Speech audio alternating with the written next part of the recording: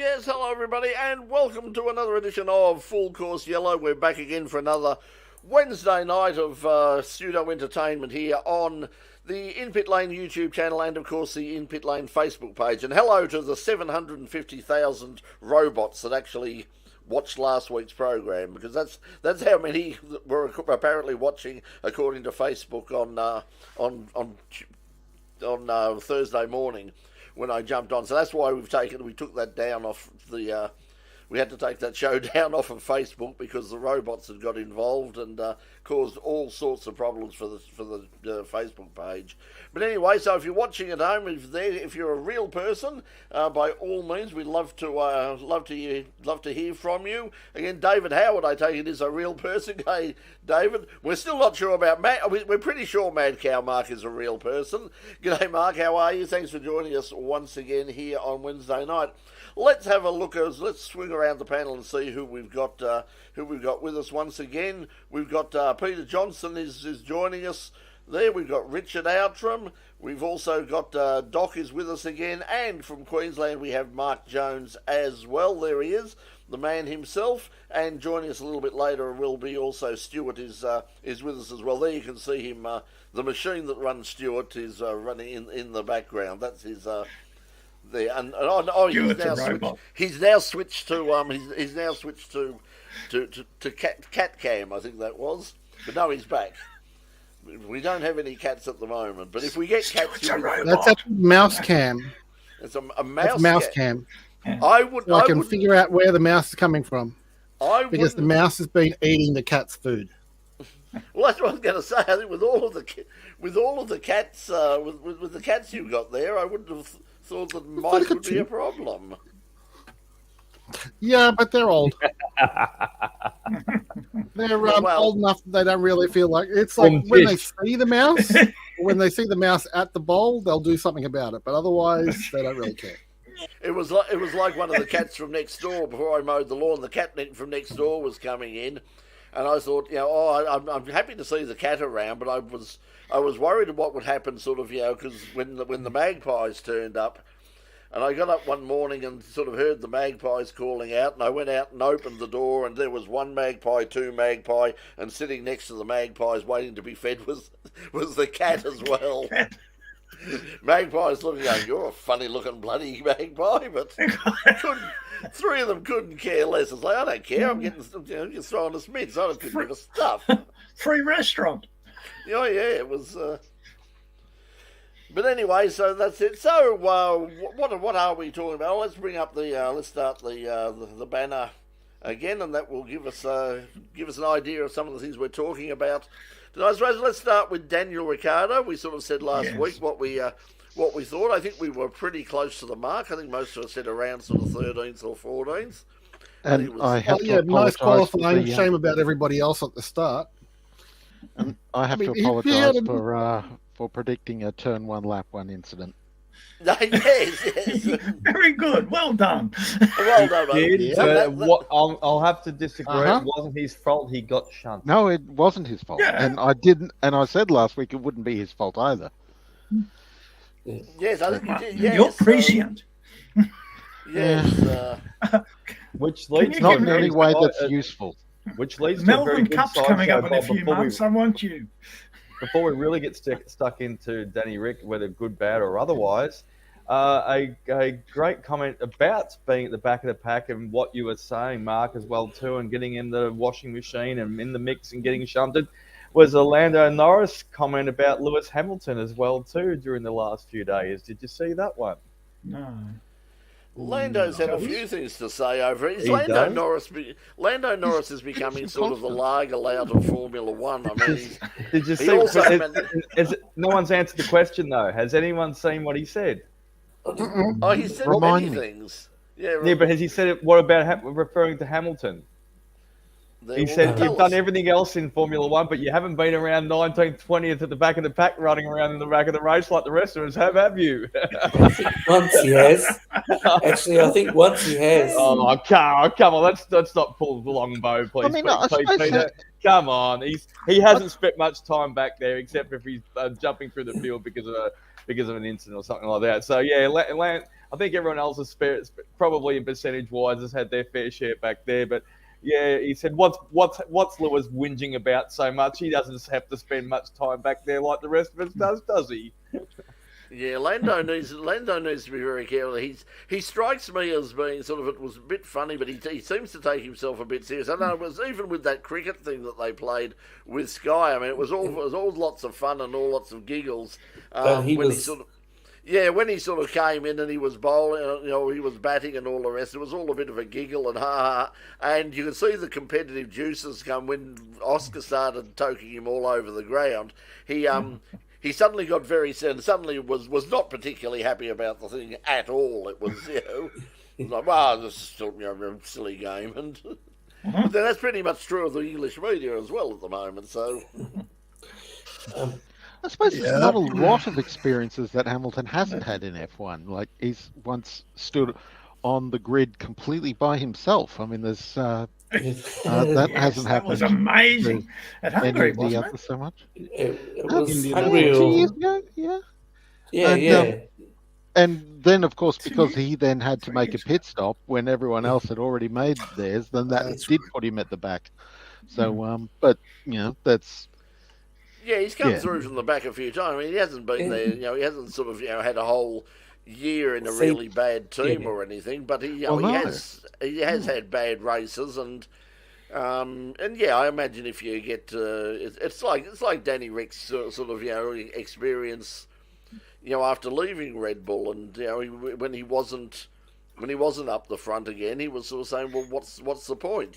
So how long he'll be happy at AlphaTauri is going to be another thing, because he did okay, but there's no doubt that Hungary probably will suit that car a lot more than than what's coming up. We've got Spa, I think, is the next one, isn't it? That's coming up.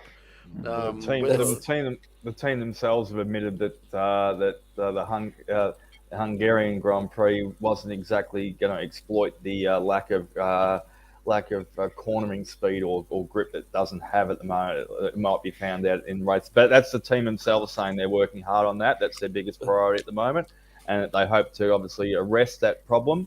But going forward, they could be exploited a little bit more in future circuits. He did out qualify his teammate and then beat his teammate, and he started 13th in the race and got back up to 13th. So that's all right. That was good. I thought he did well. Correct, Pete. Yep. Yeah, it's just a bit of a missed opportunity, I guess, because as we made mention of that Hungary's one of the places where the bad side of the AlphaTauri AT4 isn't highlighted. Hang on, Mark. That implies that there's a good side to the AlphaTauri. Well, it's a Formula One car. I mean, they're all better than most other cars in the existence. Quicker than a Hyundai Excel. Well, yes, exactly. Although, I saw one of your cars on the road today down in North. I don't usually see too many Hyundai Excels. No, not many left. With a legitimate Victorian number plate on it, driving around red two-door. And I went, wow. That's all right. I saw one in Bunnings today, and I gave them my card. If you're ever thinking of selling it. Is it faster than an unbuilt Caterham? That's admitting you've got a card in the first place, Richard. That's I'm going to die with boxes. Double swallowed his coffee. Yeah, very good. Anyway, Eddie Jordan also made a interesting comment in the last. Oh, what's Eddie been talking about now? Well, Eddie's not too bad. He's not as brash, and he's not out there. He's not as stupid. I know. I can see you. I can see your expression, Brett, but he's not. He doesn't make some of these outlandish comments like other people did. He actually was very. He gave some high praise to Oscar Piastri, and he said he will be a Formula One champion at some stage in his career. So he just well done, Nostradamus. Yeah, I could predict that as well. Yeah, who'd have thought that? I mean, after winning every championship he's basically started, who'd have ever thought that he was going to be?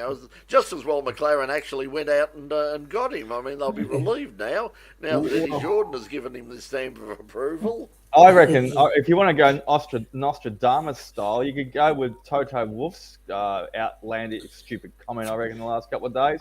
He could have been misquoted out of context, but when he said the contract is emotionally done, it's like, hang on, haven't we had this sort of, in the very recent past, we've had issues with contracts being emotionally done? Yes. Yeah.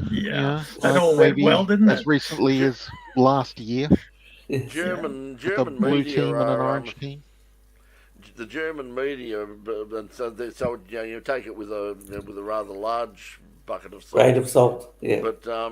But they're saying salt. that it's that Lewis has basically re-signed, has given a so-called a verbal commitment that he will be there for the next at Mercedes for the next 2 years.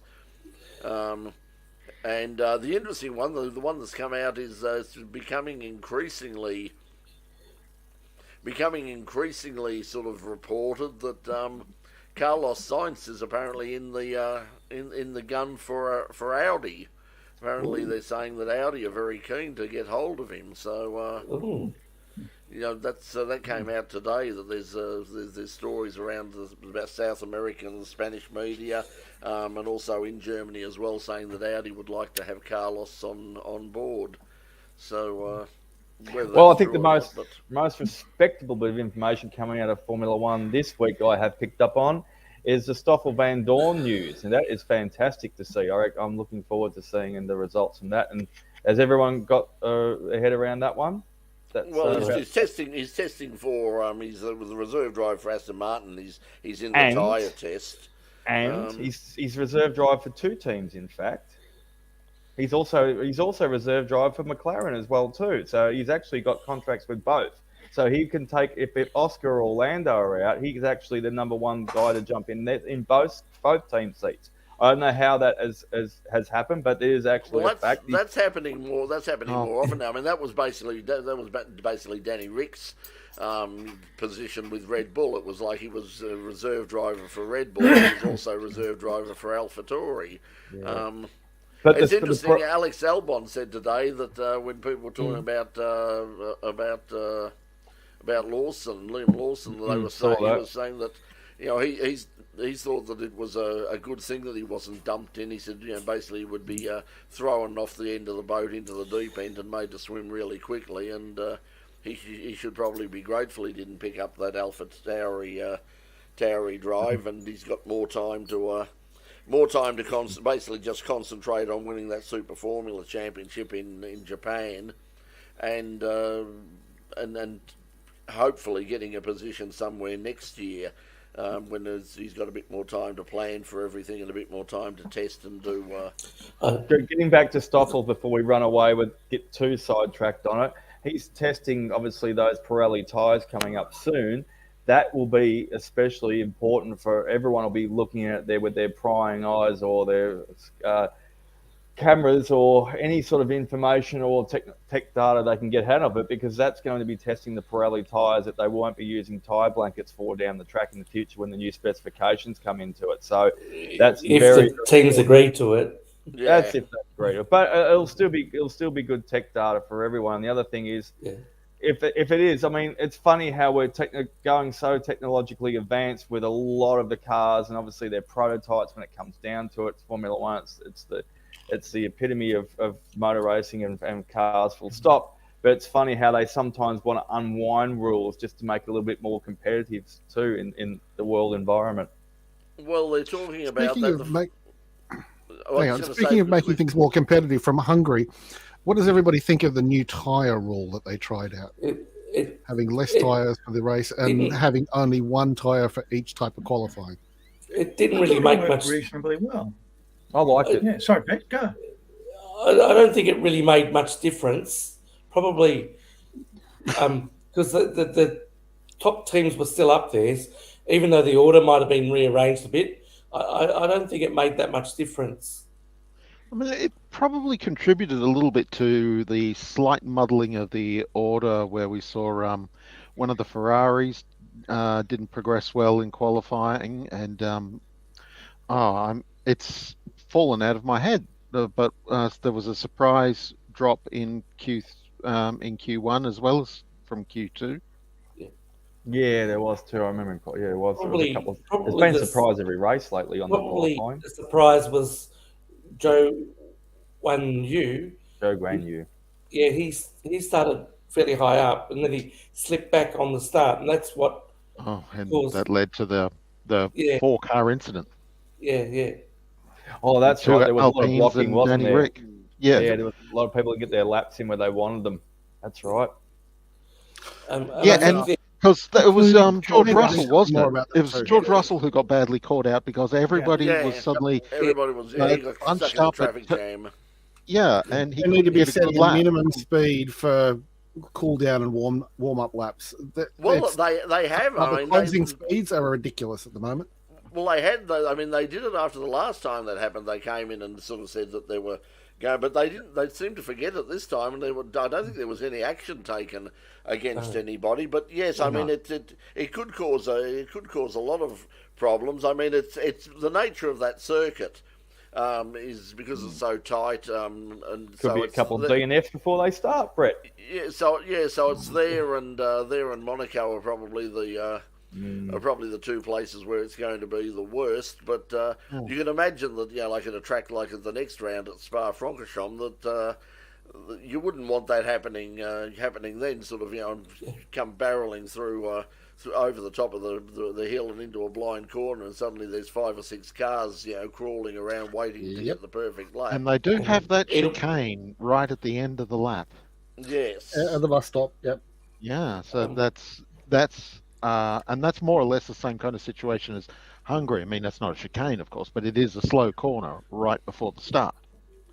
So there is that. With getting back to Daniel Ricciardo's, they'd sort of been damned with faint praise from the man himself, Helmut Marko, who was very quick to jump online and on the Saturday, and basically says he was a bit disappointed with Dan's performance. I mean, he was all right, but I mean, it wasn't. Did he say one was good and one was bad? One was qualifying was good, or qualifying was bad? Well, this was before the race. So qualifying, yeah. he wasn't happy with the others. His first time in the car, first time in qualifying, and Helmut wasn't impressed.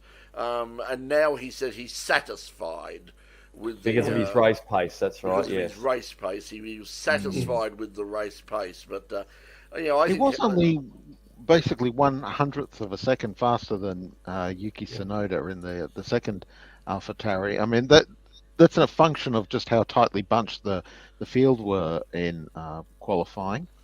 He's which also I suppose is. I mean, the adrenaline's going to be pumping, but remember, he's going to be pretty sore for a day or two after compared to some of the other drivers because he's a bit out of check in the fitness level. I mean, he's not. I hadn't heard anything about that, but I was surprised that he didn't pop over the road. I suppose that with the nature of the track, it's not as bad. He'll certainly feel it more at Spa. I mean, going through some of those really quick corners, it's huge extra G's. Yeah, it's going to sort of. I mean, he's a very fit guy. He's been doing a lot of training, and he does a lot of training just regularly. But it's like they say, it's getting rid of the ring rust. It's jumping in and being used to all of those different G forces that you can train for to an extent. But the best way of training for them is to get out and do some testing and some long races. So I think he did. I think he did quite well, and I just wish Marko would shut up. His demeanour was much better. Like in the last season, his radio responses were towards the end were monosyllabic and monotone. And in the first practice session, they said to him, "There's rain falling," and he said, "Right, where is it? And where are the turns it's between?" And he was a lot more responsive and a lot more upbeat in his radio messages. And the other thing I also noticed was they are using him, I think, as more of a test driver, because even in practice 3, they had the green fluoro paint on his car, still testing things, I think. So they are using his development skills, I think.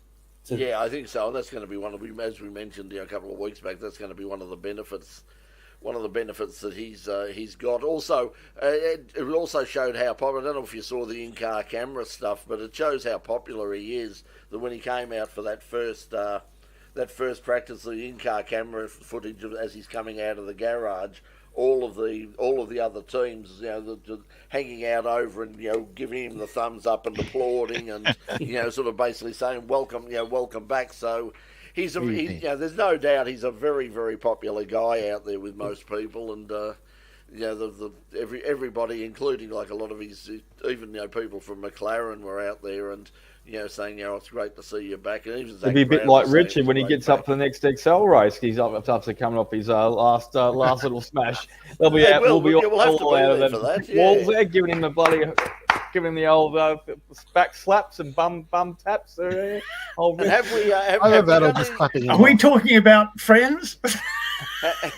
It could be the Zhao Guangzhou style of bum tap into first turn, the first corner. So how far have you had any work done on the car, Richard? Only the work I've done on the car. Right. Pulled the front off it, belted out some of the dents, and it'll be a number of weeks before it's handed over to a professional to take out the big dents. And get a good slab of bog ready for the bloody out of the can as well too. Exactly. Anyway, we're not done with F1 too. Brett was talking about some Japan stuff a minute ago as well too. Something that caught my eye, which I'm looking forward to seeing the development of, is over there in Okayama, the Super GT 2024 testing that's coming up as well too for the GT 500 cars. So the testing will be Honda Civic Type R, the new GT, will be coming out for testing, breaking out cover. The Toyota Supra, and also the Nissan Z. It's come out together because that was actually the three of them. But just before you go, Brett, the whole three of them. Yeah, no, that was today. Honda are debuting. They're replacing the NSX, which they've raced for many years in Super GT, and they are replacing it with. It's like going back to the old days with a Honda Civic, and this is a shot of it today. There you go. That's a Honda Civic. That's a Honda. Yes. It's like we pre-prepared this. I didn't even know you had a shot of it ready to go. Yes, I had the shot. Sorry for stealing your thunder. I didn't realise you were all over it too. Came out this afternoon. So they were out testing today, and good looking. When you think about it, I mean, this is the category that we could have had instead of supercars. No. But they're not harsh on the eyes, are they? No. They're a good looking car, and they're blindingly quick. So is the Toyota Supra and the Nissan Z are both absolutely spectacular. Hang on, go there. The current Supra isn't a Supra; it's a BMW with a Toyota badge. We will not accept it as I'm a not Supra. playing politics tonight. It's not a Supra. It's okay. BMW badge. I don't care what they call it. Just get it out there. Isn't that just a reflection to some extent of how they tried to merge DTM with Super GT a couple of years ago? Oh, yeah, they did for the 1 year. Holden Opel bloody damn well car this week has been spotted overseas, has been revamped as well too with the ZB, and they're still running that around. What's the big deal? Who cares? Just get some cars out there. It's like everything basically. The Cooper and the VW, the Golf and the Seat and all of them. They're essentially all the same car. They're just different with badge engineering and a few different panels and different interiors and all the rest. But they're essentially all the same cars now. But it is going to be a little bit weird. That the Civic is the GT500 car, and presumably with its alignment with GT3, that the NSX will continue to be the GT300 car. So we've got the Civics faster than the NSX. As long as they keep running the NSX, because I mean they're not making them anymore. No, that was the problem, and that was the thing that the Japanese GT Association, the GTA, was saying, is that they wanted to make sure that the cars were up to date, and the fact that they had the Supra, the other two cars, and I didn't have time to drag the photos down on them as well, but the Supra has had some minor changes from the way it's racing this year, some minor aero changes. It looks good as well. And there's been some fairly major changes on the Nissan Z to reflect the new nose on the car that's currently for sale. Are you having a look Japan, at having a gawk at him now? Are you, Stuart? Stuart's usually all over this. No, I was just listening to a noise outside, and it was just Pol Air 31 doing a massive U-turn and heading back down to Werribee. Right. Yes. But that's yeah, right. I mean, They're always flying over your house, aren't they? Well, yes. Well, there they are. He's brought up the ADSB exchange. How concerned should we be that he's tracking the Polair's It's a position public page. in the air? It's a public page. I'm aware of that. Look, let me just click on the big jumbo down there and see where that's flying. Oh, there we go. See, that's flying. That's flying It's about straight. 1,000 meters above. Yeah. But there's Yeah, but look, it's like you look across Werribee and you think, yeah, go home, Pol Air, you're drunk. Oh. No, they're just chasing another stolen car. That's Mr. Squiggle doing his best work, is it? Yeah. Yeah, we're going to turn it upside down, though, and it'll come in to be something else. Maybe. Thanks, Blackboard. Yeah, I don't know what they're drawing on it. Hurry up.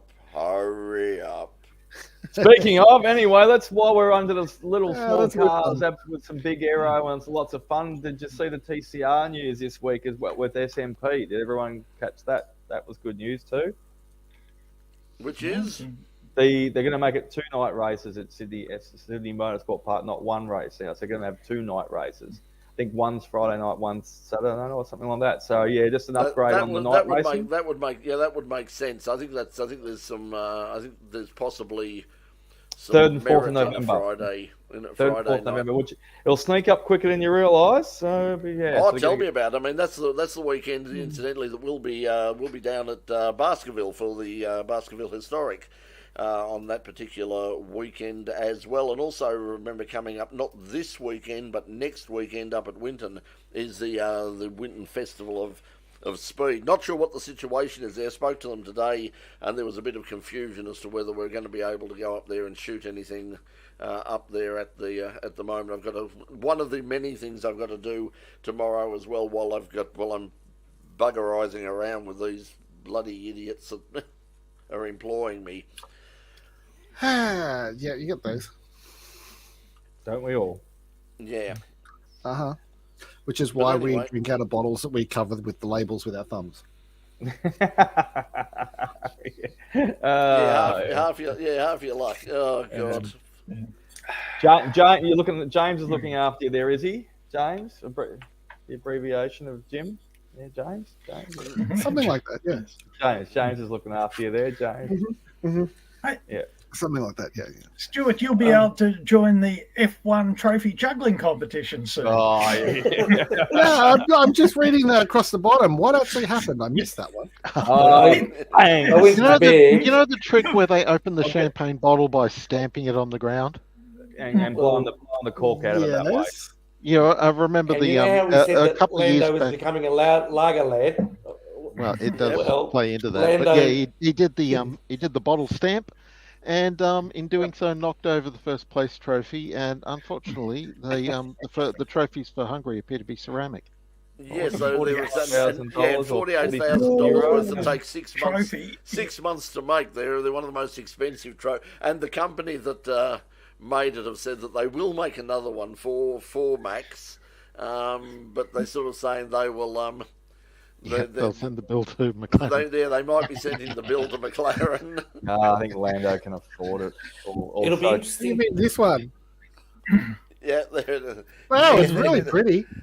it was. Well, That's well, why it it's was- worth $45,000.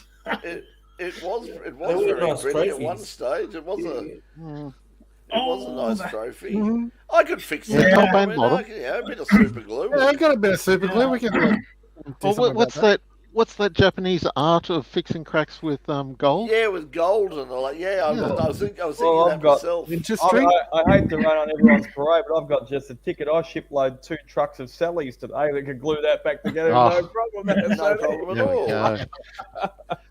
And Well, what did race I- team doesn't have several tubes of Sikaflex on hand for emergency touch-ups? Exactly, and Other goals brands too. They are can go with available. the Moorcroft back at home. They've got It'll plenty be of carbon interesting. fibre they can wrap it up in and make it look like it's $1 million. So It'll be interesting to see if this weekend at Spa they cancel the sprint race, deeming it unsafe. Because of Yeah, well, it depends on the Yeah. weather, doesn't it? As Yeah, always yeah. with Spa. Yeah. You know, occasionally, very occasionally, the sun breaks out and we have a sunny day at Spa. Yeah, it 'Cause doesn't it- happen. Doesn't happen very often, but it does. and now the certainly sprint does race has no bearing on qualifying, so Well, Yeah, you remember back in the days where the Gold Coast IndyCar Supercar race didn't count for anything, and there was at least one race team who then employed another race team to do that race for them. yeah. yeah, they used to go out there and treat it like a demolition derby as long as they didn't break Yeah. the cost the budget too much in the back of the garage. So I used to go out there and say, we're just going to go out there and have some fun. But did they absolutely poleaxe each other sometimes because they just didn't care how tight it was with the concrete jungle. I used to go up there almost every year and watch them. It's like it was just entertaining to see who actually finished the race sometimes. And No, always the great- best it was a footage great from there, event. the F111s doing a dump and burn between the buildings. Oh yeah. Well, I mean, so the miss last- the F111s. The last year I went, we were staying at one of the towers, and we were on the roof of this tower. I think we were up on I think it was about the 28th floor of this, and the F111 actually came through, and I wish I'd have had some footage of it. I was actually looking What, your new down. I was looking down on the F111 as it was doing it. There's plenty of footage of it. Yeah, it was Plenty just of footage on yeah, YouTube of that one. Unbelievable. I mean, just came by. You couldn't believe it. Was like you saw it coming in. Oh boy, that's holy. You could feel like the Well, they were our next door neighbours, of course. oh. over And then at we can QR, so- then we can all reminisce for the next 2 hours about the Indy cars as well too. I've still got all their promo gear and bloody used. Yep, that was good. Good old days. Anyway, it's just expensive. We'll never see it again for maybe in our lifetime. Who knows? Also, did see some more news as well though too. Next weekend, not this one coming. Next weekend is also. Where was it? The Sector Rally Finland next weekend as well too. There's some good lead up stuff on that. So have a look at the World Rally Championship WRC stuff, and it's pretty competitive this year. So we don't really get across that too much, but it caught my eye this week as well. It's going to be lots of fun over in Finland. The Finnish. The old Thousand Lakes. I mean, that was a great name for an event. Yeah. Why do they have to so- make it generic rally insert nation? Speaking of Finland, we've spoken around. Mark is leaving us now, but Mad Cow Mark and we've sort of pointed out about the amount of stuff you can see online over the weekend. And I was actually watching some Finnish racing on the weekend. Be careful where you're going. There. What sort of racing? That's all right. Yeah, Finnish. It was Hot tub racing or something. Yeah. No, they had they were actually the old Legends cars that like we used to see at the at the Thunderdome, and they were running around a street circuit. But the thing about it was a street and the safety measures there probably wouldn't get the Motorsport Australia tick of approval. I don't think they would have even got the AASA tick of approval because basically people were just they were just going past people's front yards, and there were sort of rope barriers up there to stop the crowd coming out. And then on the outside of a few corners, they had the plastic water barriers out. But apart from that, there was no real safety.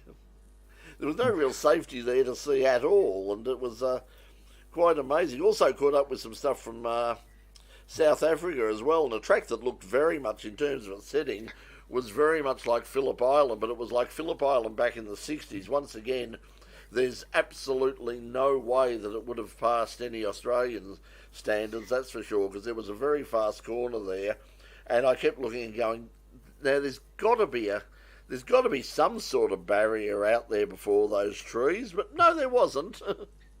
Just all the trees. Yeah. Yeah, it was Well, just all And they were running GT3 cars and all sorts of things there, so they weren't. It's not as if they were slow. I mean, there were some really quick cars running around. The racing was quite good.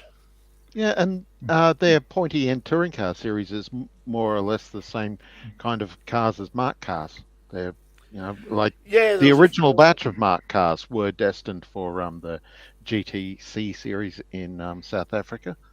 So they've had a few. They've had a few things. You have a look over there, and they basically ran to the Trans Am, the American Trans Am regulations, but they rebodied them, and some of those bodies were Commodore and Falcon bodies as well. They had you had not just Mustang, Camaro, and Dodge Challenger. You also had Jaguars, Falcons, Commodores, Audis, BMWs, all sorts of different bodies on the same basic control chassis. Underneath, and it made them, gave it a bit of variety. That circuit that was running last weekend was the old East London circuit, which was the home of the South African Grand Prix prior to Kyalami being built. So that's a proper old school Tasman series kind of circuit. It certainly looked Tasman like series is a good describer for it too, because they use when the European teams were on their way to Australia, they would stop off and do a race in South Africa, either on the way or on the way back. And East London was where they were doing that. Yeah, like I said, it had it had huge Phillip Island vibes, because it was sort of, you looked down and there was, the surf was crashing against the rocks and all the rest of it, and it's like, I thought, hang on, they're going the wrong way, that's not Phillip Island, but in the background you'd have sworn it was Phillip Island. So it's a bit more sharks off the coast. Yeah, probably. Roy's saying not much in South Africa at past standards. Amazed they still have decent motorsport with so little money around. I tell you what they did have there as well. They had a big crowd. South Africa, is he saying South Africa or South Australia? No, South Africa. Are you sure, given that comment? Which makes me bring up a point. We've got plenty of good, safe tracks, except when I was there for the sports sedan championship round sort of thing, there weren't many people on the at the corner posts.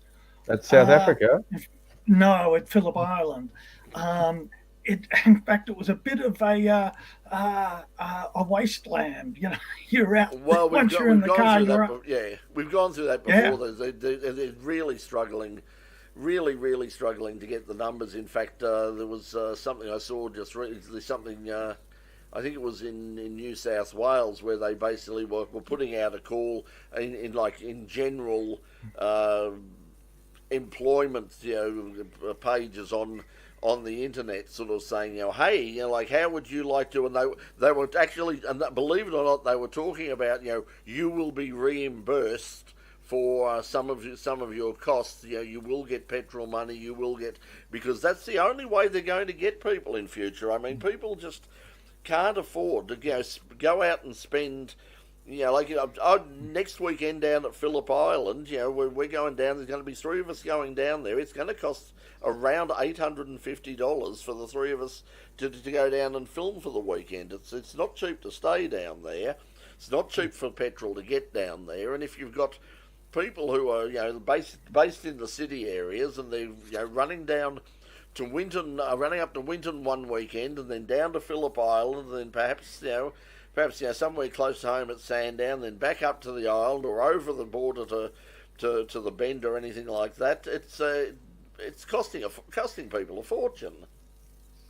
I once, 2 or 3 times actually, did the trip to Phillip Island on public transport, and that is that's a serious exercise. I was going to say you tortured yourself with a coach. Coming from the airport 2 days early. Oh, not just the city airport to Phillip Island, a coach. You put yourself through. That's a 3-day trip, isn't it? Well, that's compass and a sandwich and a picnic just to find your way around. Although there would be one advantage to it. It's basically you wouldn't be able to get booked by the extra, shall we say, speed monitoring devices that happen to pop up whenever there's a certain type of car running or their club running the meetings? So it doesn't happen anymore. Fortunately, Brett said he's not down there. No, not Oh, enough nice. But yeah, Yep. no, that's a lot. Yeah, Phil, one of our crew, Phil, used to come down all the time on public transport, and he was just coming. Well, he was coming almost as long as he lives over the other side of Melbourne. He lives near the airport. He lives out at Essendon, near the old airport, and he was coming down, and he would come down every time we filmed down there. He'd come down on public transport. It used to take him about, I think it was about 3.5, 4 hours or something, because it was sort of, a tram to the city, and then a train to Dandenong, and then the bus down to Phillip Island, and it You was do have very... to change buses at halfway to Phillip Island. I can't remember the name of the town, but You can get a red eye down there, but yeah, some of the companies don't run all the way. Yeah, Phillip Island. The train runs out at. You love that, Richard. The train runs out at Dandenong. You can get an XL if you want. That'll get you all the way quicker. With a few dents. Anyway. Because of course there used to be a train all the way down, not to Phillip Island, but running past, going down as far as the turn off. Because there used to be the train would go all the way down to Wonthaggi and back. That was a great thing. Unfortunately, that closed many years ago. We did a lot of trips down to Wonthaggi over the years on that train, and that takes you over that very famous trestle bridge at Kilcunda, which was used. Got a lot of international coverage through Men at Work's Down Under film clip, because that was they were dancing across the trestle bridge. Unfortunately, you can't. You used to be able to sort of dance across it or run across it or walk or something. You can't do that anymore now because it's considered too dangerous now, and they've put bloody fencing all around it, so you can't even walk across it anymore. And Everything's too dangerous these days. Well, that's it. So without a set of bolt cutters, it is. Yeah. Mm. Yeah, Well, some of the old rail lines down there. I found the Finnish motorsport. That track is. There are people able to stand on the grass on the edge of the track. yes. Well, that's fabulous. probably because they think it's a rally. Well, it looked like that. It really did look like a round of Targa Tasmania. Oh, speaking of Targa Tasmania, What's going I'm on? speaking with people from Targa on Monday, and that'll probably be on In Pit Lane either next week or the week after. Because of my work situation at the bizarre situation I'm in at the moment, that's why coming up this week on In Pit Lane, this Thursday night at 9 o'clock. We're going to take you. Way back in time to 2014. And speaking of Phillip Island, the Phillip Island Historic Classic. We got the special that we put together on that year, and that shows we've got the interview. We interviewed him this year, or Doc interviewed him this year, and that's Ernie Nagamatsu with Old Yeller. So we've got the original interview with Ernie and to the history of Old Yeller, one of the most famous American specials, a car that was driven by Carroll Shelby and all sorts of people, and a great guy, Ernie, fabulous guy. Also, we have a look at the Formula 5000 March, powered not by a Chev engine, but by the 3.4 litre GA Ford V6, which was in the Ford Capri RS 3100s and the 3400s that ran in the Group 2 and Group 5 touring car racing. Sounds like a bit like, hurry up, Marty, get off to the DeLorean. We're going back to the future. We are, so there might be a bit of that coming up later. So, as I said, we're down Hurry at up, Phillip Marty. Island. Marty. We're down at Phillip Island. We're down at Phillip Island this week for the 6 hours. Not sure when I'm going to have time to actually put that together because there's a whole bunch of stuff happening, and I'll just let you know at the moment that because of some personal stuff, how long I'm going to be able to continue this and that, and not just this, but also In Pit Lane as well is a bit up in the air at the moment. So I'll just let you sort of know that's there's a few things that have few serious stuff that has to be taken care of before that comes out. But the plan is at this stage, the studio is booked for the next series in the studio of In Pit Lane. Had that confirmed on Monday that the studio, the RMIT TV studio, is booked starting in September. And if all goes according to plan, we will be back there. But at the moment, there's just a few things that have got in the way. So Okay. There's a bit. Well, just before Traralgon to Wonthaggi and then Wonthaggi to Cows now. Yeah. Thanks, Roy, for the update. Obviously, he's following across the PT. There's a lot of bike news that have come out this week. As Brett, have you probably seen some bits and pieces of it? But no, I couldn't find much at all. So you obviously got it because I haven't found because they're on their break. So I know there's a bit of superbike stuff happening, but there's a lot of everything happening. So Lecuona is replacing Rins in the LCR Honda teams because obviously Rins is out with the broken leg at the moment. So he's usually racing World Superbikes, but he's had to fill in. But he's also filled in for Marc Marquez earlier this year, and he's also filled in for I think someone else as well too, Honda related. I think yes. Anyway, so he's filling in for that, which is turning into a musical chairs with everyone. But you can read up on that. But so. Also, big news as well too for later on in the year. It has been confirmed and signed off and ticked off by Dorna, etc. Cal Crutchlow is coming back for a wild card, even though he retired a couple of years ago, back in 2020. It is his 10th appearance since, but it's his first wild card. So well done to Cal. He is going to be racing the Amilube RS4 GP. Which is the state-of-the-art bike, but it's going to have a few tweaks and upgrades and testing and wings and all the things and maybe some Red Bull. No, I probably have Red Bull. But that's going to be in Motegi, Japan. So Cal's always good fun. He's a great guy. He is allowed to use up to 3 engines for the weekend as well too, because it's being a test bikes, obviously, but they must still be within the obviously current regulations that the bikes have got to be confined to for racing. So he's not going to go out there and blast the whole field, but there's going to be a lot of stuff that he can do as well too. That's in September 29th to October 1st in Japan for the MotoGP there. Marco Bezzecchi, there's been some rumours swirling around for a little while now as far as Ducati. Valentino and a couple of the other guys are obviously in the officialdom of the team there.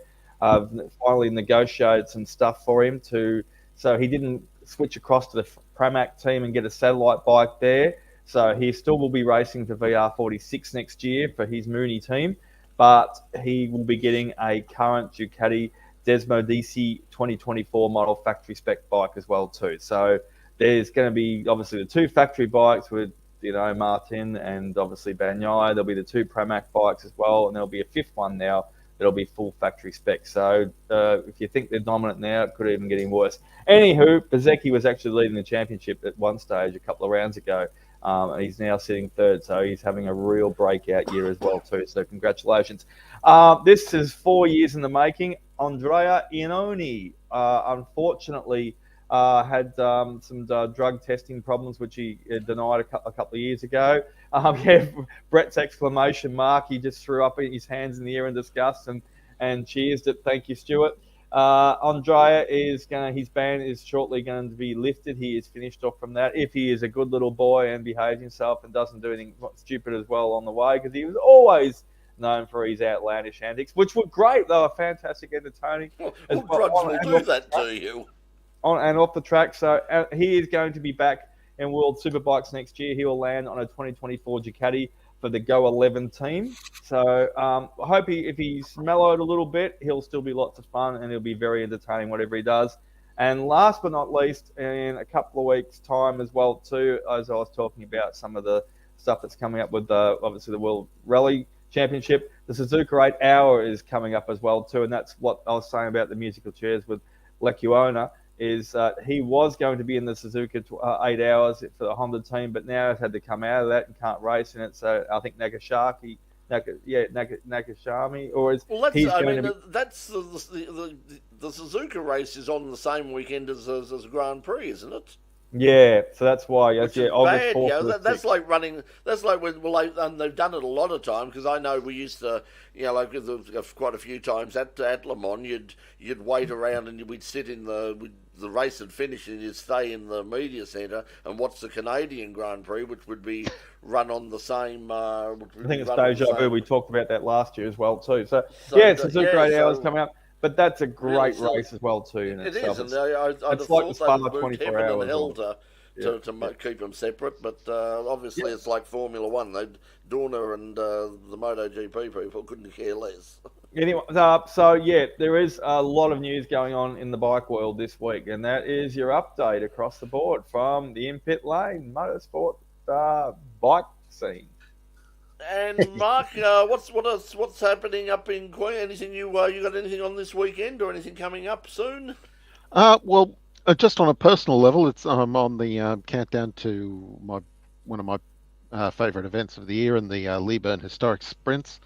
That's about 3 weeks away. It's mid-August date traditionally for the historic round the town sprint. There's such a wonderful atmosphere. Leeburn's a brilliant little town, and we usually get some fairly interesting vehicles. We'll show up. Last year we had 2 century-old race cars, and from like Grand Prix, and you'll know how the Grand Prix cars of the 1910s, 1920s were like these enormous machines that were, they were almost like truck sizes sometimes, because they would try to get more power by just making the engines bigger. And sometimes including aircraft engines as well. Exactly.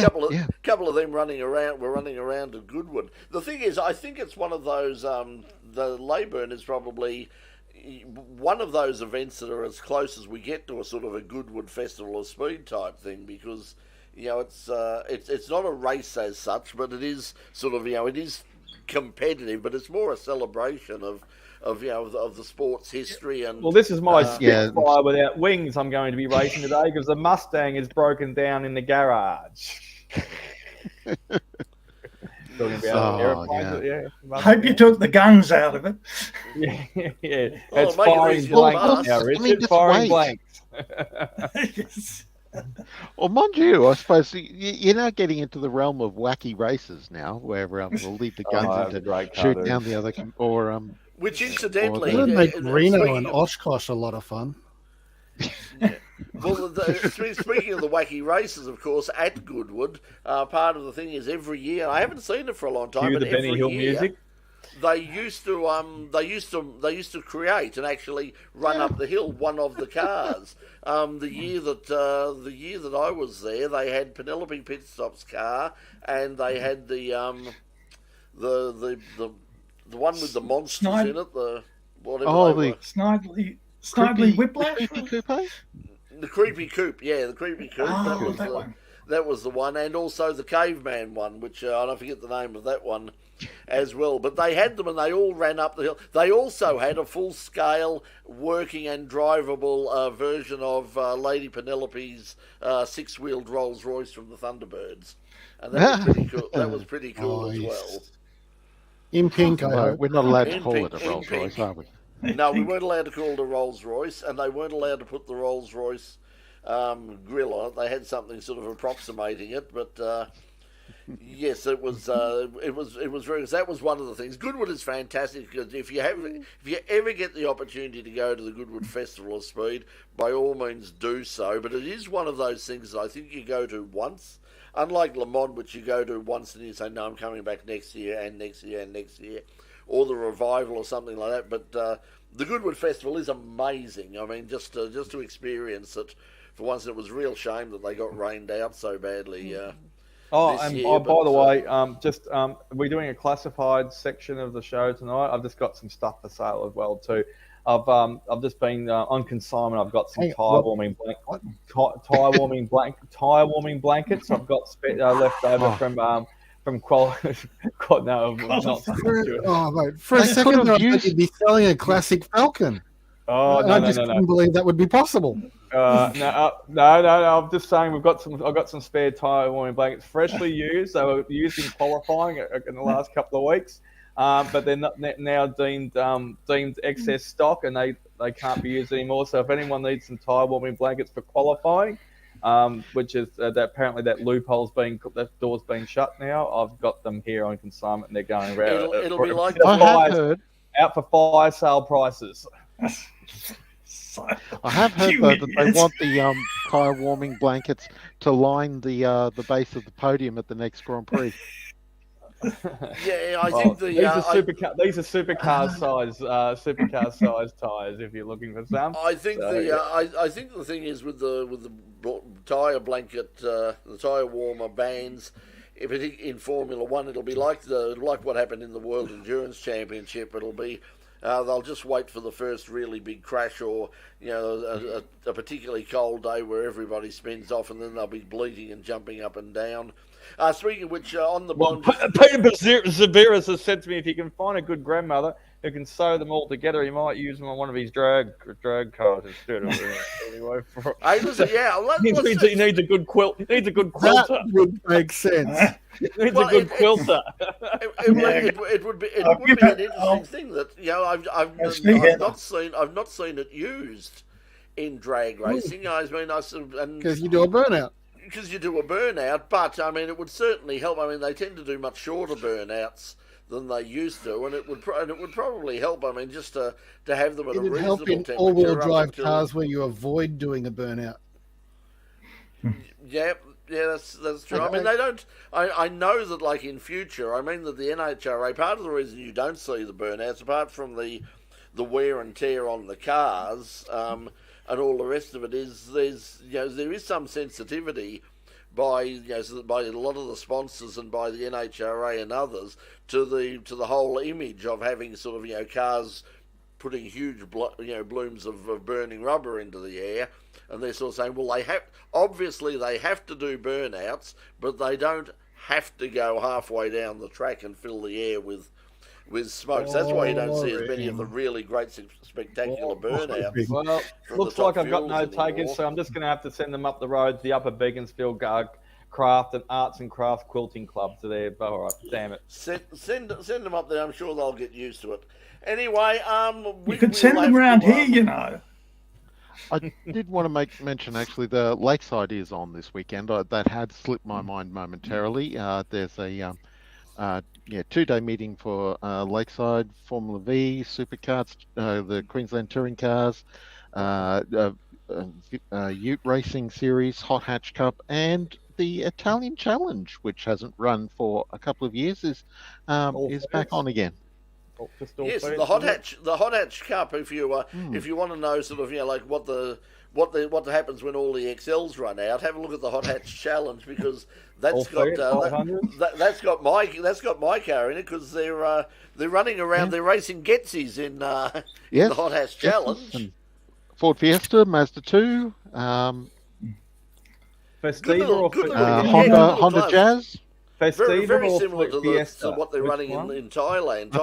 Thailand have got a really good sort of under 1.6 litre sort of hot hatch category, a lot more modified than these. These are basically like the XLs. They're almost stock, but with some modifications. But the ones that are running around in Thailand, they put on some great races, and they're like 1.6 litre. One card scare me would be the Mazda 121s if they raced those as a whole. Well, they used to. Oh, you remember the old Women's Day series? Yeah. The old Brewer and Melinda Price, I think. But I don't know how you get such a small car has so much body roll. I'll tell you. Oh well, I think there was only a half. There was only a half car with body roll. Things, so.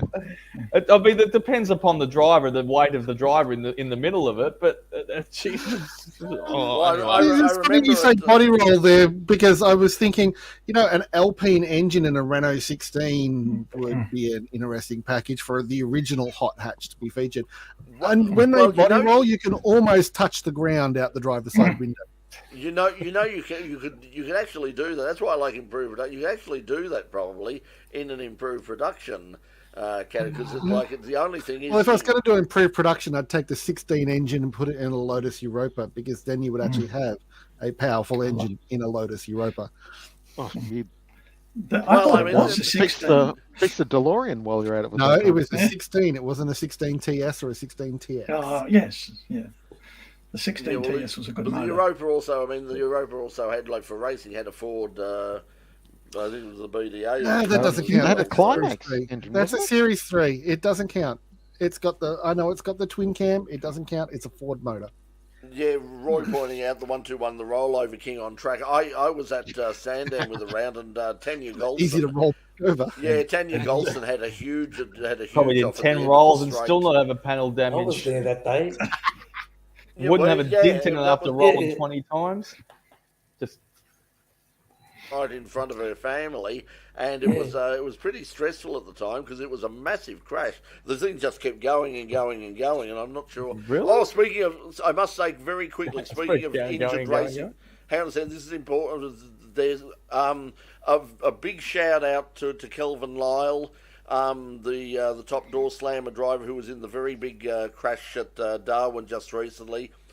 He's been released from hospital, but he announced today that he is in fact retiring from drag racing after that crash. He just put out this afternoon. He's had talks with his family and just said basically, I'm not going to put them through that again. And so unfortunately, Kelvin and that beautiful black Mustang. We spoke to Kelvin. We interviewed Kelvin up at Darwin when Stuart and I were up there. He was running the Black Mustang, and unfortunately there's nothing left of the Black Mustang now. Having a look at the photos on his Facebook page of what was left of that car, it is a miracle that he managed to walk out. Well, he didn't walk out of it, but he managed to come out of it alive. Stay in one But piece. he has yeah, come that's out not to good luck. That's good Engineering, the engineering. cages and the standards they're going to comply to. Yeah, he's come out this afternoon and just said, because originally he said a couple of weeks ago, well, start, once I get out of hospital and get looking at everything, we'll see what we have to do to sort of come back with a new car, see if there's anything at all that can be salvaged. Clearly there was nothing more that can be salvaged, but quite clearly also, he said his family, like his kids and his kids and his partner and all the rest of it, they've had a long talk and basically said that no, that's I'm not going to put them through that hell again. So.